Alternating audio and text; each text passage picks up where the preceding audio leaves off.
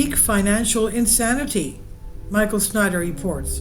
Fartcoin is now worth more than Office Depot. The cryptocurrency known as Fartcoin, yes, that's its name, was created as a joke and is now worth more than $800 million. And how in the world is that possible? While the real economy is deeply struggling, a wave of euphoria sweeping through our financial markets and cryptocurrency prices have been soaring into the stratosphere. In particular, there are some people that have been making enormous amounts of money by pumping and then dumping meme coins that have absolutely no underlying value whatsoever. Fartcoin is one of the most prominent meme coins, and it now has a market capitalization that is roughly equal to the market capitalization of Office Depot. Yes, it's called Fartcoin. Yes, it is totally useless. And yes, it has nevertheless tripled in value over the past week to a market capitalization of more than $700 million, about equal to those of Office Depot, Guess, Jeanswear, and the parent company of Steak and Shake.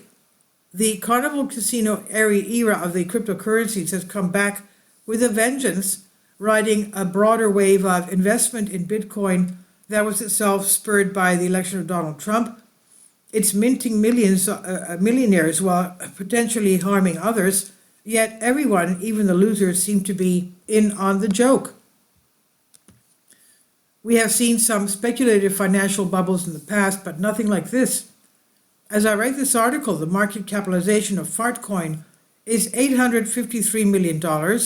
Meanwhile, the market capitalization of Office Depot is just $830 million. Are you kidding me? Investing in meme coins such as Fartcoin is essentially just an extreme form of gambling. You're hoping that the joke will stay funny long enough for the price to go up even higher so that you can leave someone else holding the bag, quote unquote. Meme coin buyers and sellers alike are for the most part aware that their trading activity amounts to the riskiest kind of gambling. Bautista said, "It's all about exiting one's position to avoid getting left with holding the bag and failing to trade up and strike while the price is hot. Because they're worthless, you're betting on the greater fool," he said, referring to the idea that someone else will pay a higher price for a given meme coin.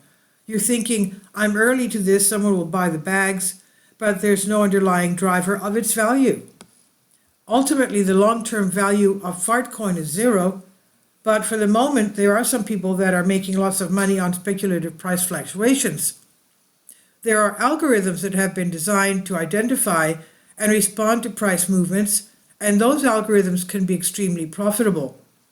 The key is to get in early during the pump phase and then dump the meme coins before the dump phase begins. The following comes from a recent piece that was authored by Bill Harris. "In my opinion, it's a colossal pump and dump scheme, the likes of which the world has never seen. In a pump and dump game, promoters pump up the price of a security, creating a speculative frenzy, and then dump some of their holdings at artificially high prices, and some cryptocurrencies are pure frauds. Ernst & Young estimates that 10% of the money raised for initial coin offerings has been stolen. The losers are ill-informed buyers caught up in the spiral of greed.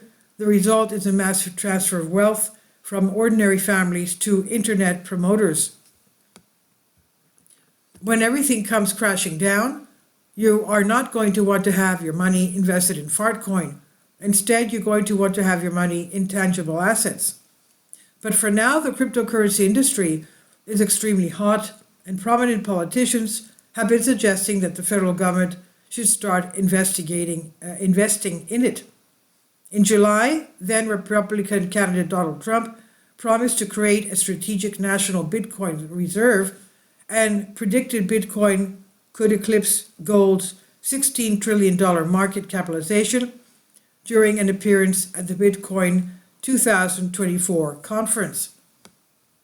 Republican Senator Cynthia Lummis has introduced a bill to Congress entitled "The Boosting Innovation, Technology, and Competitiveness Through Optimized Investment Nationwide Bitcoin Act," which proposes the U.S. buy 1 million bitcoins over 5 years to reduce the spiraling $35 trillion US national debt. In other words, they believe that Bitcoin is going to go up in value so that the US debt, it would take away from the US debt. It's been suggested that if the federal government starts buying cryptos, a single Bitcoin could be worth $800,000 by the end of this year. If Donald Trump is successful in putting forth a lot of the proposal that he's proposing to the community, the sky is the limit because Bitcoin has a fixed supply. Perian Boring, the founder of crypto trade association The Digital Chamber, told Fox Business this week. The stock-to-flow model says it's going to be at over 800,000 by the end of next year, Boring said, which would give Bitcoin a market capitalization of around $15 trillion, up from $2 trillion currently. Are we on the verge of a massive speculative boom, or could we soon be headed for an unprecedented bust? Cryptocurrency prices have always been highly volatile, and that is especially true for meme coins. Personally, I have no idea why anyone would ever put their hard-earned money into something called Fartcoin. Making a currency, quote-unquote, out of a joke is one of the stupidest financial ideas I have ever heard of. As Bill Harris has aptly observed, it makes no sense that people actually consider such currencies to have any value whatsoever. In what rational universe could someone simply issue electronic script or just announce that they intend to and create out of the blue billions of dollars of value? It makes no sense. All of this would be a comic sideshow if innocent people were not at risk, but ordinary people are investing some of their life savings on cryptocurrency. One stockbroker is encouraging his customers to purchase Bitcoin for their retirement accounts.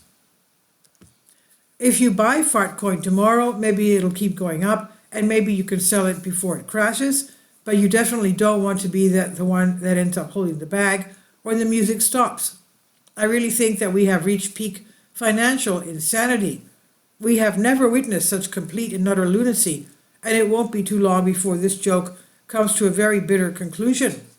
This is by Michael Snyder on End of the American Dream. Please leave your comments, and thank you for your support.